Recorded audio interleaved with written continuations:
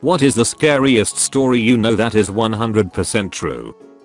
Years ago when I was 8, my family lived in this big weird house kind of on the edge of a small town. The school district was in the middle of a big restructuring, so even though we were only a couple grades apart, my brother and I went to different schools and took different buses. This left me as the last person to leave in the morning and the first person to get home in the afternoon, which meant it was my job to make sure all the lights were off and the door was locked. One morning I noticed the basement door was open and the light was on, so before I left I turned off the light and closed the door. When I got home that afternoon the light was on and the door was open again.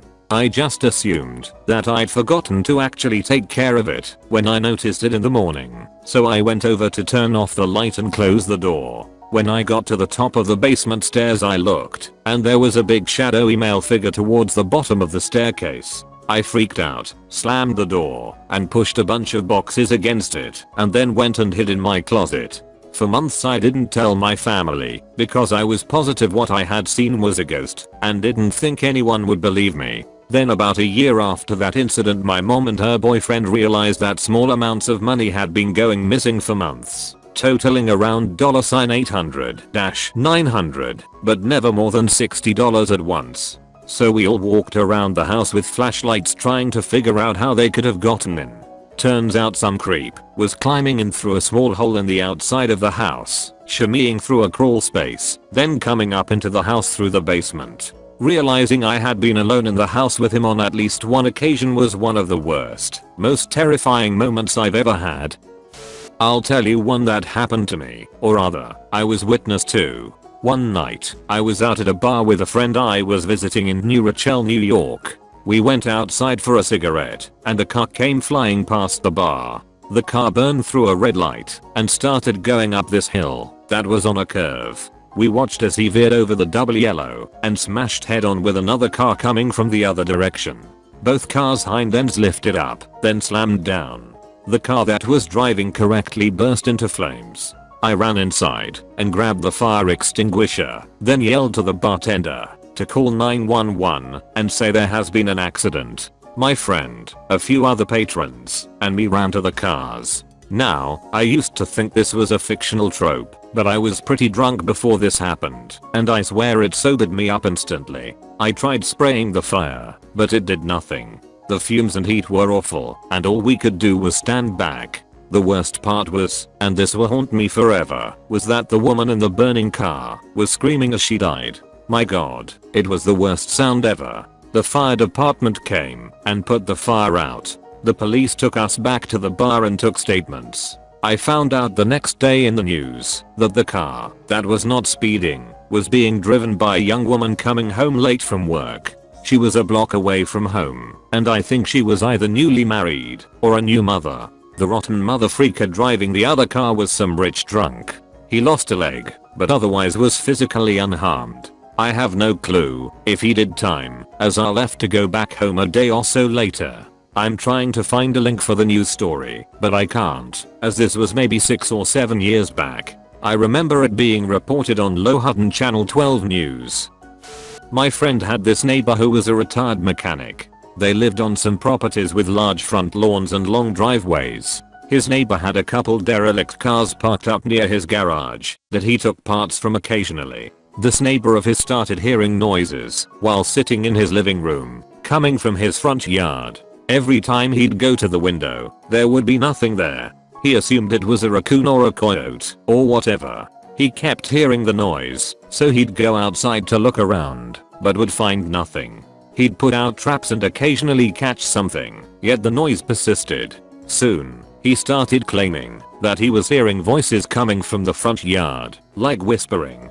He'd go outside and look around the perimeter of his property, but would find nothing. It was persistent, so he'd started calling the cops. Every time the cops came and looked around and would find nothing. So they told him he needed to stop calling them for this and perhaps get a security camera or whatever. So this guy thought he was losing his mind. One summer evening he couldn't sleep, so he went to the back patio to smoke a cigarette. Suddenly, he heard voices coming from the front of his house. He put his cig out and snuck around to the front and got there just in time to see the doors to his derelict conversion van silently shut. He ran back to the backyard and went inside his home and called the police to tell them what he had seen. The police arrived and approached cold, for example, without lights/sirens, and when they approached the van, the doors swung open and a bunch of people ran out in every direction.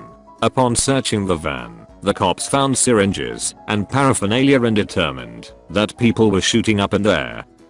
I've posted this before, but mine, when I was a baby, my dad played on a softball team.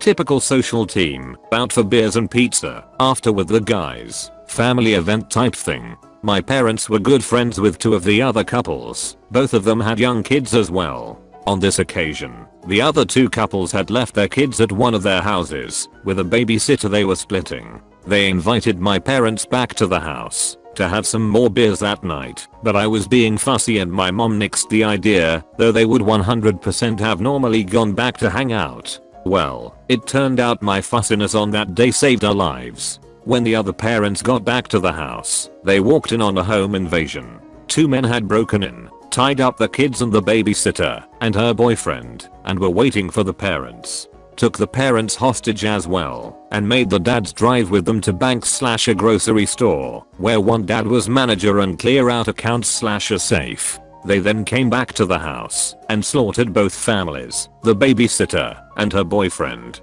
kids included. They caught the two guys later on. My dad attended the trials and said it was the first time he had ever had thoughts of supporting the death penalty. It still gives me chills to know how close we came to getting killed that day too. Edit. Wow, you guys are amazing detectives. I have been telling this story for years, and this is the first time I have been made aware that it wasn't me as a baby. It was my sister, 9 years older, born in '72. My dad has been telling me this story wrong for as long as I can remember. Sorry for the confusion, all.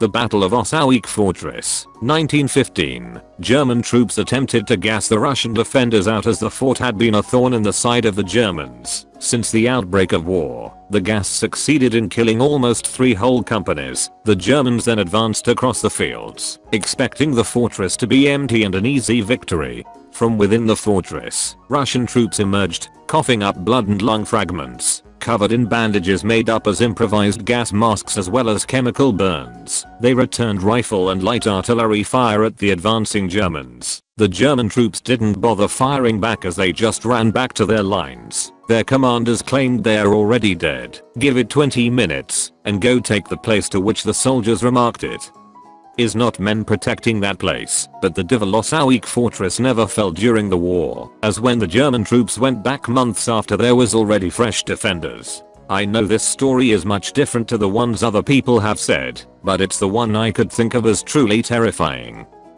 Was working the evening shift at a gas station. Man comes in all disoriented. I go to help him out. He has a gash on his head and doesn't know where he was. I couldn't see any crashes around, so assumed he had fallen or something. Normally we are supposed to stay inside the glass shielded register area whenever anyone is in the store. I, being a nice human being, went to help. While calling the police/EMS, they got there and checked him out. They thought his head may have been fractured.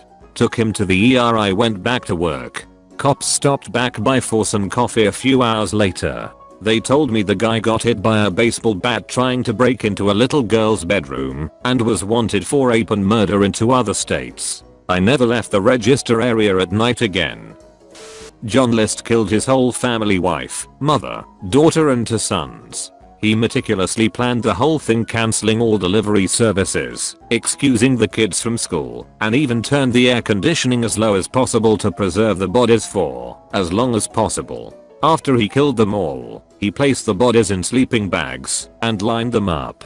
He then wrote a letter to his pastor explaining why he had to kill them. He then leaves and isn't heard from again. 18 years later he's remarried and doing the same job as before, but this time he doesn't have any children. He's finally arrested after a tip was given to the FBI. Crazy thing is that, because he planned it so well, the bodies weren't discovered until a month after the murders, so he had a huge head start and essentially started a new life in the same career and was heavily involved in a new church down in Virginia. Took 18 years to capture him. One of my friends had someone following her home, hiding in the bushes so they couldn't be seen. She booked it to her house, got inside, and he was watching the house from the outside. She called the cops. They come along quietly and got the jump on him. He had condoms, handcuffs, and a knife. When they got his DNA, it turned out that he was linked to a half-dozen rapes in the area. She credits her regimen of running sprints to outrunning him that night and firmly believes she would have been raped if she couldn't outrun him then. In my town in the early 90s there was a notorious killer that had all of BC Canada on watch. My wife's mother, years and years before I knew them, had been home alone while her husband was in England doing tree surgeon work, arborist. She was in her laundry room when a man walked up from her basement, completely scaring her. She freaked out and said, "What the hell are you doing here?" He said he was friends with her husband and was just coming to see if he was here. Apparently he told him he could just walk in, which she knew was BS. She was smart enough to tell him that he was just at the store and would be back any minute. He said he would wait outside for him. As soon as he left she called the police, but he was long gone by the time they got here. 2 weeks later, the killer was caught, his mugshot put on TV, and it was the guy in her house. My dad and some friends got drunk and went for a drive on some back roads and were going as fast as the truck would go as teenagers. My dad was slightly less drunk than the others and eventually demanded they let him get out. They pulled over, and he and one other girl got out. He and the girl started walking to town, while the other three sped off in the opposite direction. Well, less than a mile up the road from where they got out is an extremely sharp turn, which they missed and hit a tree going pretty close to triple digits miles per hour. 2 of them died on impact, and the only reason the third survived is because they crashed in front of a house that 2 doctors lived in.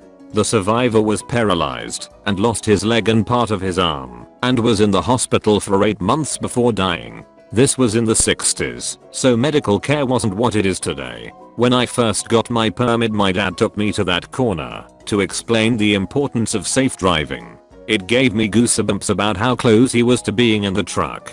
He said that the dad of the driver got what remained of the truck to be hung up in the center of town for months after, to be a warning to all. This is a hometown story that stayed with me. It happened literally right around the corner from where I grew up, maybe a 2-minute drive away. Judy Kirby murdered 6 children and 1 adult by intentionally driving the wrong way on a divided highway in an attempt to commit suicide. She had been hospitalized for depression, but had also just ended a relationship with her ex-husband's brother and was, by some reports, involved in drug trafficking and fearing an imminent arrest. She picked up her sister's son, who was celebrating his 10th birthday that day. She then loaded her 3 children into the car, supposedly to pick up a gift for the nephew. Instead, she went missing with the carload of kids. A short time later, calls started coming into 911 about a car going the wrong way down the highway at a high rate of speed. They made it about 90 seconds before a head-on collision with another vehicle, driven by a father with 2 children and another child along for the ride. The crash annihilated both vehicles. The only survivors were Kirby herself and the child who was along for the ride in the other car. There were pieces of children all over the highway. She was sentenced to 215 years in prison.